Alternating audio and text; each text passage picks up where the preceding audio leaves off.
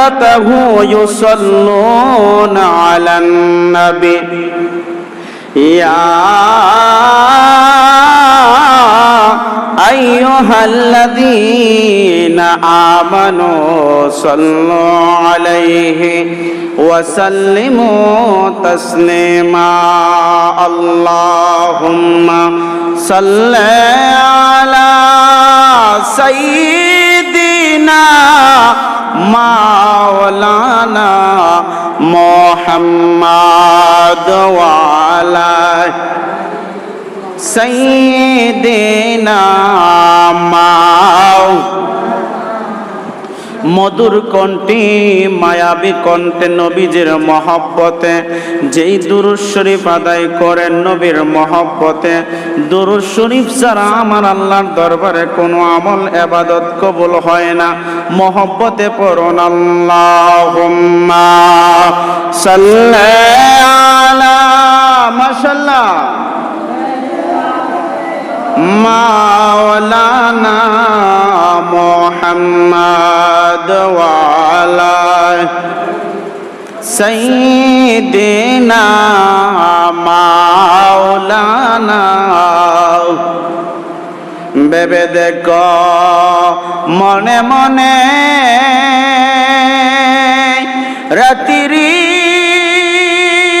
গভীর নিশীতে প্রেমনি করছ নবীজির সনে, নাইলে টেকে বায় হাসরে। আল্লাহুম্মা সাল্লি আলা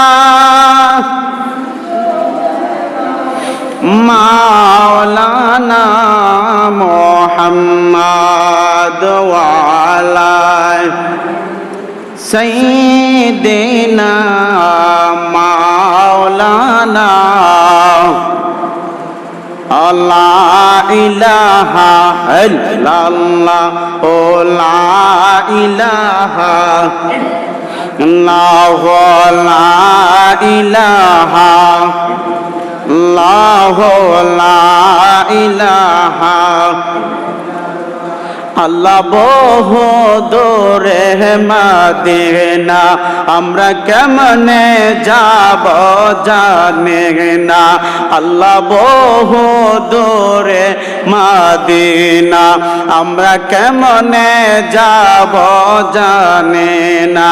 হায়রে মুর্শিদ জানে ঠিকানা, বন্ধ মুর্শিদ জানে ঠিকানা, আমরা যাব গো সোনার মদিনা। লা ইলাহা ইল্লাল্লাহ লা ইলাহা ইল্লাল্লাহ লা ইলাহা আল্লাহ আল্লাহ আল্লাহ আল্লাহ আল্লাহ আল্লাহ আল্লাহ আল্লাহ আল্লাহ আল্লাহ আল্লাহ আল্লাহ।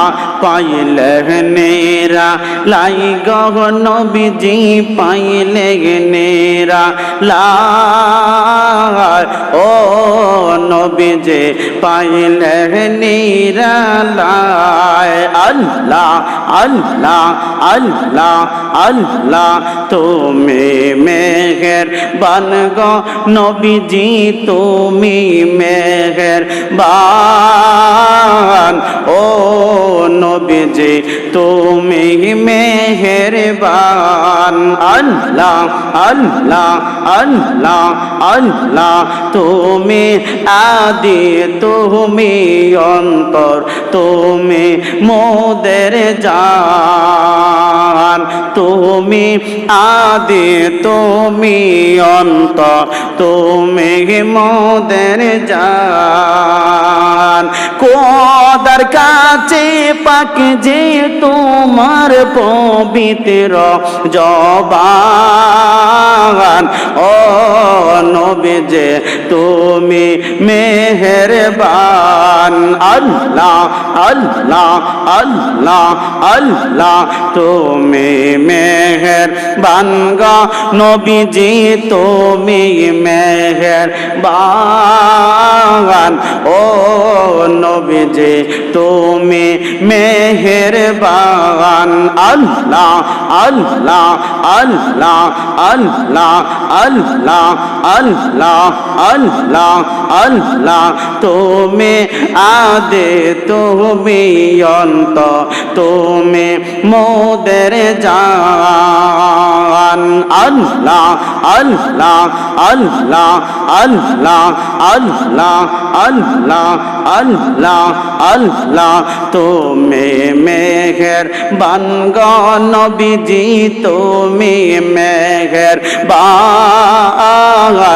ও নবীজি তুমি মেহেরবান আল্লাহ আল্লাহ আল্লাহ আল্লাহ আল্লাহ হাসরের ময়দানে গো আল্লাহ টাঙ্গাই বেন মিজানের পাল্লা হাসরের ময়দানে গো আল্লাহ টাঙ্গাই বেন মিজানের পাল্লা নেকি বদে ওজনের কালে পৈর নেকি বদে ওজনের কালে হৃদয়টা কোলে নবীজির দরদ পরগ দিলে দিলে আইরে নবীজির দরদ পর দিলে দিলে হৃদয়টা কোলে নবীজির দরদ পরগ দিলে দিলে আল্লাহ আল্লাহ আল্লাহ আল্লাহ আল্লাহ আল্লাহ আল্লাহ আল্লাহ আউয়াল আখির গনবি জাহের বাতেনের চবি আউয়াল আখির গনবি জাহের বাতেনের চবি ওই নবীদের দরদ সদায় পর দিলে দিলে নবীজির দরদ পর দিলে দিলে আল্লাহ আল্লাহ আল্লাহ আল্লাহ আল্লাহ আল্লাহ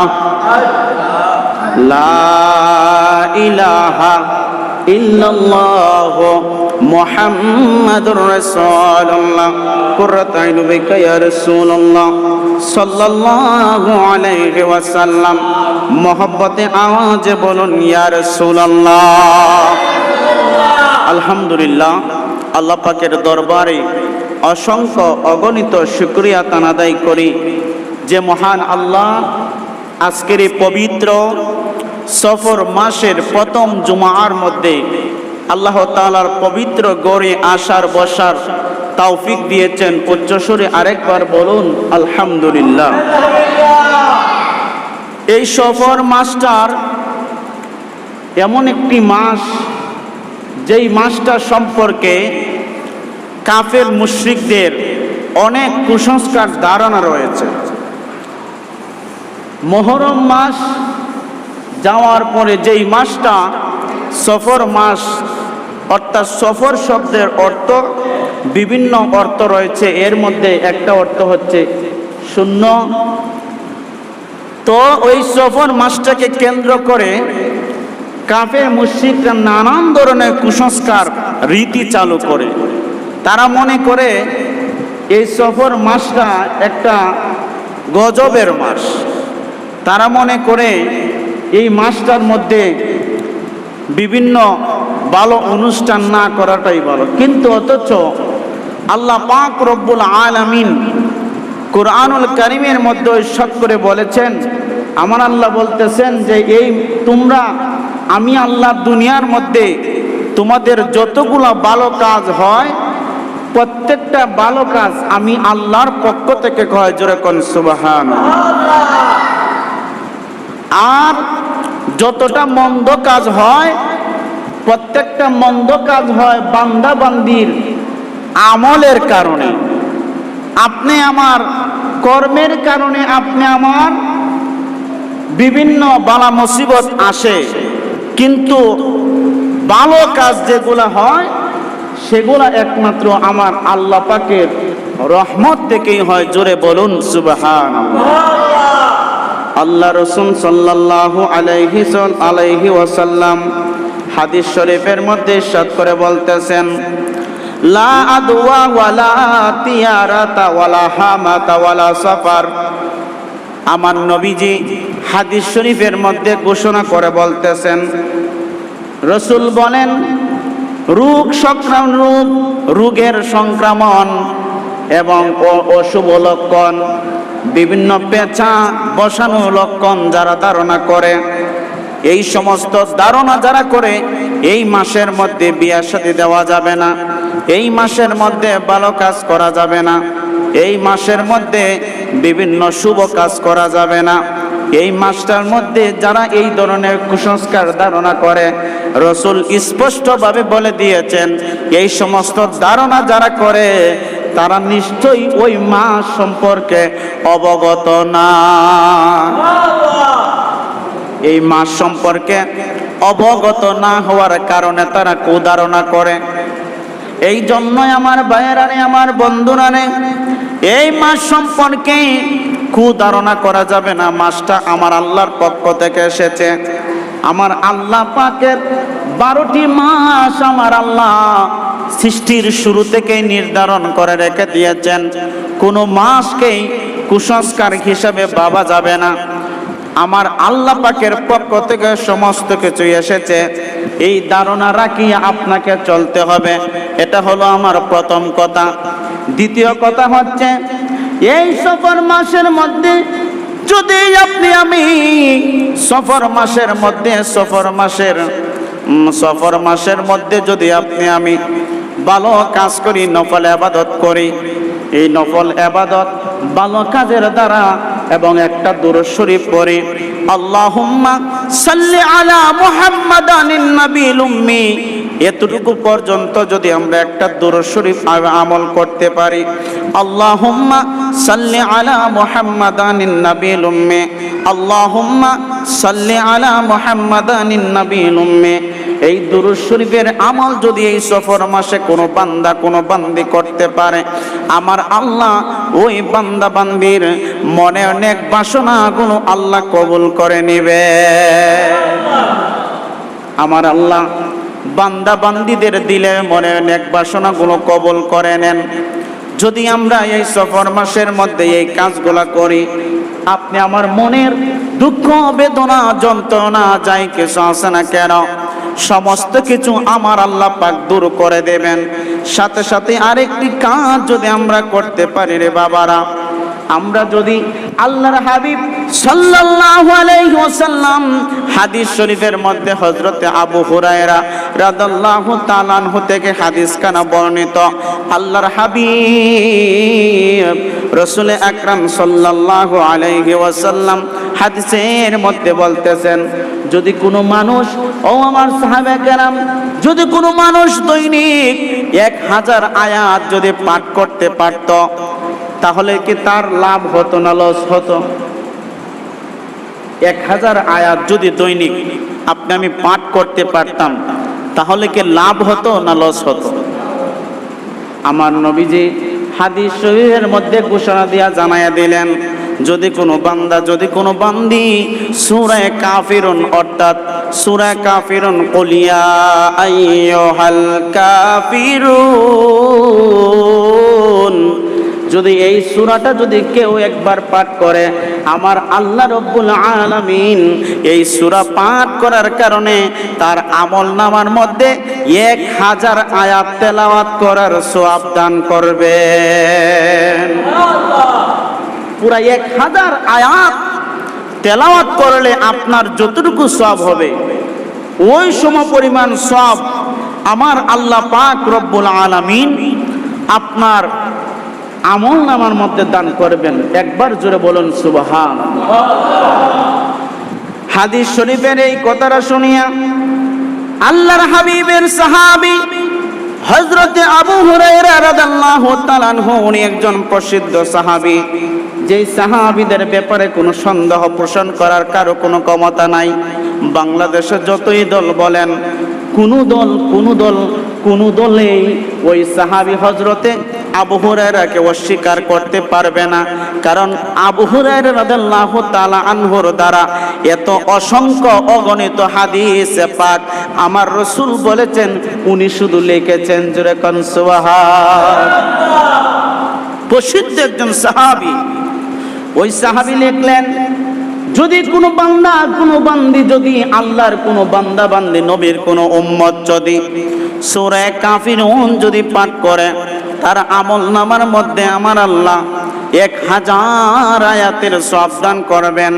এবং পাঠ করে নামাজ আদায় করলো, নামাজ আদায় করার পরে দুরূদ শরীফ আদায় করলো, দুরূদ শরীফ আদায় করিয়া যখন আমার আল্লাহর কাছে তাওবা করলো, আল্লাহর কাছে মনের বাসনাকে কুলে কুলে বলল, আল্লাহ গো, ও মায়ার আল্লাহ, দয়াল আল্লাহ, আমি অনেক বিপদে পড়ে আছি, আমি অনেক অসুবিধার মধ্যে পড়ে আছি আল্লাহ, আমি অনেক ঋণের মধ্যে পড়ে আছি আল্লাহ, আমি অনেক জালিমের জুলুমের মধ্যে পড়ে আছি।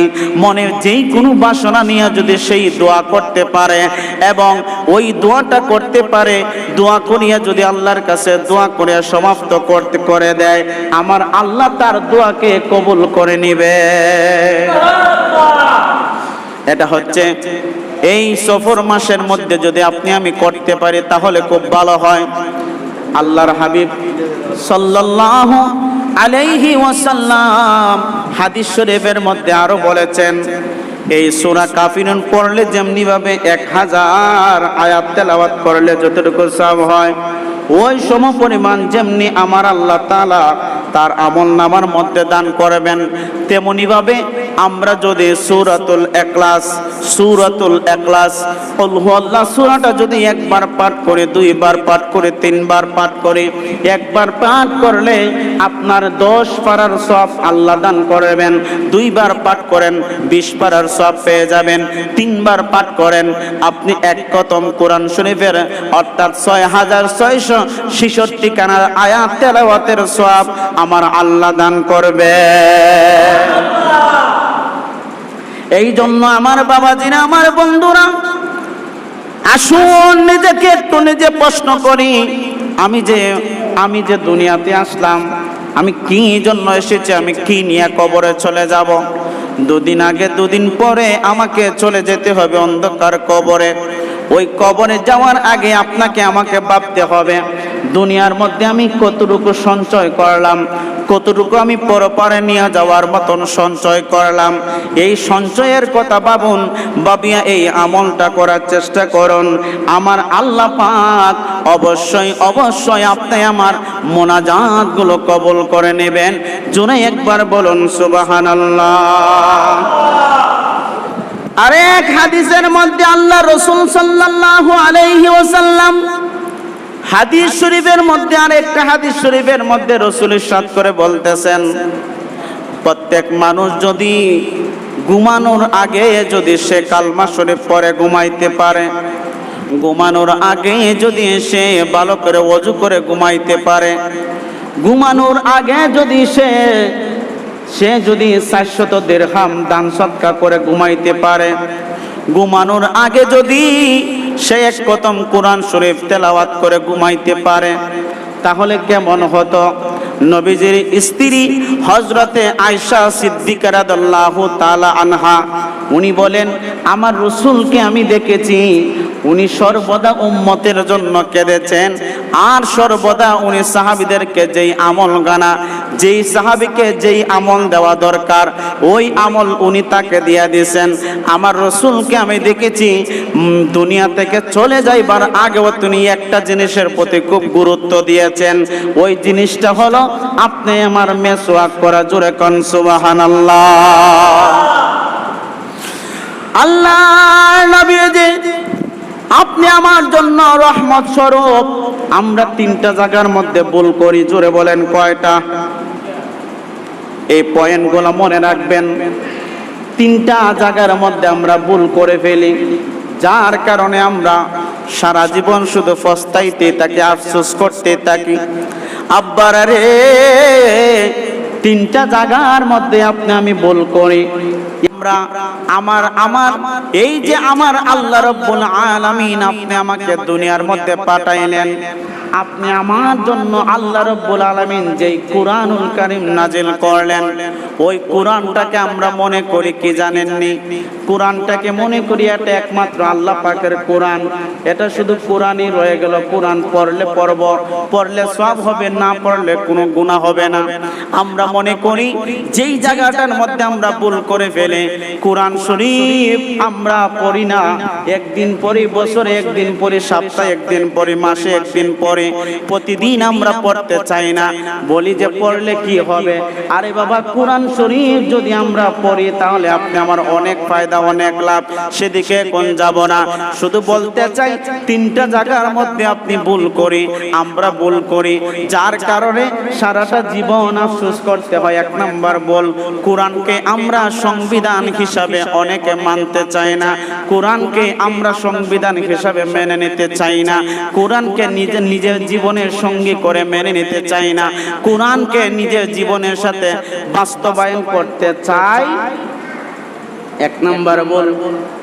দুই নাম্বার বল, আমরা যে মুসলমান, আমরা মনে করি শুধু দাড়ি রাখলাম, টুপি লাগাইলাম, পাগড়ি লাগাইলাম, ঈদ আসলে কোরবানি দিলাম, রমজান আসলে রোজা রাখলাম, সপ্তাহে জুমাবার আসলে জুমার নামাজ পড়লাম, এটাই মনে হয় ইসলাম। আরে বাবা, 5 ওয়াক্ত নামাজ পড়লাম, এটাই মনে হয় ইসলাম। না না না, ইসলাম এটা নয়। ইসলাম হলো ইন্নাদ-দীনা ইনদাল্লাহিল ইসলাম। জোরে কোন সুবহানাল্লাহ। আল্লাহ রাব্বুল আলামিন দুনিয়ার মধ্যে কত রকমের ধর্ম রয়েছে, কিন্তু আমার আল্লাহ কোন ধর্মকে আমার আল্লাহর পছন্দনীয় ধর্ম বলেন নাই। কোন ধর্মকে আমার আল্লাহর কাছে পছন্দনীয়, আল্লাহর কাছে পছন্দনীয় ধর্ম বলেন নাই। ইসলামকে আমার আল্লাহর কাছে আল্লাহ পছন্দনীয় ধর্ম বললেন কেন? অবশ্যই মাহিত্য রয়েছে। এই জন্য ওই ইসলামটাকে জানতে হবে, ইসলামটাকে বুঝতে হবে। মুসলমান কাকে বলে সেটা জানতে হবে। মুসলমান কাকে বলে সেটাই যদি আপনি না জানতে পারি, আমি না জানতে পারি, ওই জায়গাটার মধ্যে আমরা ভুল করি। কথা কোন ঠিক কিনা? আমরা মনে করি আমি মুসলমানের ঘরে জন্ম নিয়েছি, আমি মুসলমান। এক নাম্বার, আমরা কোরআনকে সংবিধান হিসেবে মেনে নিতে চাই না। দুই নাম্বার হচ্ছে আমরা ইসলামকে আল্লাহ তাআলা মনোনীত একটা ধর্ম, এই ধর্মটা আমরা প্রকৃত মেনে নিতে পারছি না। দুই নাম্বার সেই ভুলটা আমরা করি। তিন নাম্বার যেই ভুলটা আপনি আমি করি, ওই ভুলটা হচ্ছে আল্লাহ নবীজিকে দুনিয়ার মধ্যে পাঠিয়েছেন, কি জন্য পাঠিয়েছেন? রহমত স্বরূপ। ওই রহমতটা আমরা পুরোপুরি গ্রহণ করে নিতে পারি না, যার কারণে আমি বিশ্লেষণ করে দেখলাম, ব্যাখ্যা করে দেখলাম, গবেষণা করে দেখলাম, এই তিনটা জিনিস আমরা না মানার কারণে আপনি আমি দুনিয়ার মধ্যে সারাটা জীবন শুধু আফসোস করে আর কষ্ট করি। কথা কোন ঠিক কিনা? কোরআনকে যদি আপনি আমি সংবিধান হিসাবে মেনে নিয়ে কোরআন মতো যদি আমি নিজেকে পরিচালনা করতাম এবং নিজের রাষ্ট্রকে পরিচালনা করতাম, আল্লাযীনা ইম্মাক্কান্নাকুম ফিল আরদ, জোরে কোন সুবহানাল্লাহ। আল্লাহ বলেন জমিনের মধ্যে আমি যাদেরকে নেতা বানাই, জমিনের মধ্যে যাদেরকে আমি ক্ষমতা দান করি, তোমরা প্রথমে যায়া কি করো? সালাত কায়েম করবা। দুই নাম্বার, তোমরা যাকাত প্রতিষ্ঠা করবা। তাহলে যারা নেতা হয়, যারা রাষ্ট্র পরিচালনা করবে, তাদের প্রথম কাজ হচ্ছে কোরআনকে সংবিধান হিসাবে মেনে নেওয়া, ওই কোরআনের আলোকে জীবন গড়া, কোরআনের আলোকে নামাজ কায়েম করা, কোরআনের আলোকে যাকাত প্রতিষ্ঠা করা। কথা বলেন ঠিক না বেঠিক? এই জন্য কোরআনকে আমরা সঠিকভাবে মানতে পারছি না। কোরআনের জায়গার মধ্যে পড়ে আছে, আমরা পড়তেও চাই না, শিখতেও চাই না। বলি যে শিখলে কি লাভ হবে?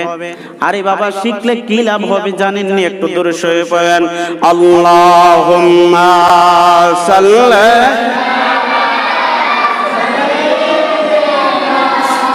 মাওলানা মুহাম্মদ ওয়া আলা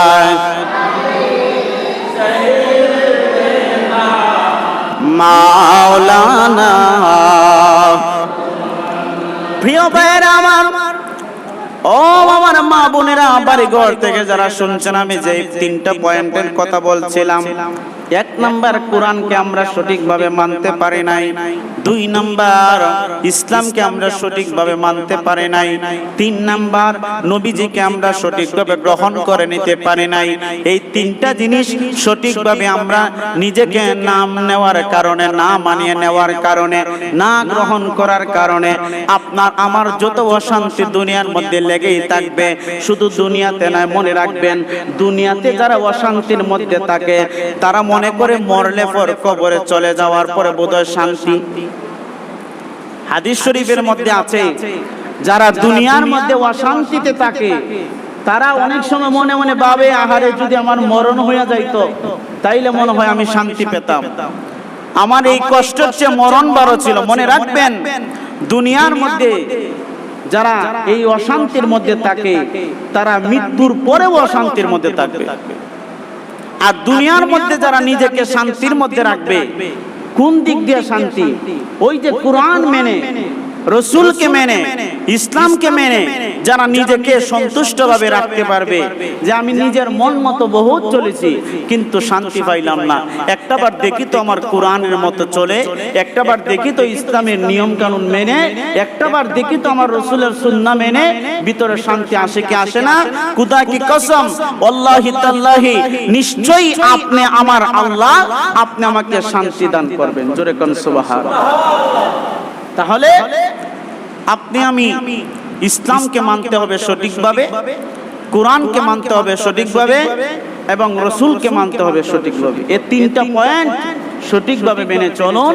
এবং যারা রাষ্ট্রের ক্ষমতা, রাষ্ট্রের যারা নেতা হবে, তাদেরকে আল্লাহ ঘোষণা দিয়েছেন সূরা হজের 41 নম্বর আয়াতের মধ্যে আমার আল্লাহ ঘোষণা দিলেন, আল্লাযীনা ইমাক্কান্নাকুম ফিল আরদ, তোমরা যারা জমিনের মধ্যে নেতা হও, তোমরা যারা জমিনের মধ্যে রাষ্ট্রের পরিচালনার দায়িত্ব গ্রহণ করো, তোমরা 1 নাম্বার মনে রাখো, তোমরা 1 নাম্বার মনে রেখো, নিজে আগে সংশোধন হও, নিজে সংশোধন হয়ে কোরআন, ইসলাম, নবীজিকে মানো, 3টা পয়েন্ট মানিয়া, এবং তুমি নামাজ প্রতিষ্ঠা করো। প্রত্যেক অফিস আদালতে নামাজের সময় হলে বিরতি দাও, যাকাত প্রতিষ্ঠা করো সরকারিভাবে। এভাবে যদি রাষ্ট্র পরিচালনা হতো তাহলে এত হাঙ্গা দাঙ্গা মারামারি হতো না। আল্লাহ যেন আমাদের সকলকে ইসলামের সঠিক সমাজ দান করেন। সকলে বলেন আমিন। ওয়া আখিরি দাওয়ানা আনিল হামদুলিল্লাহি রাব্বিল আলামিন। আসসালামু আলাইকুম ওয়া রাহমাতুল্লাহ।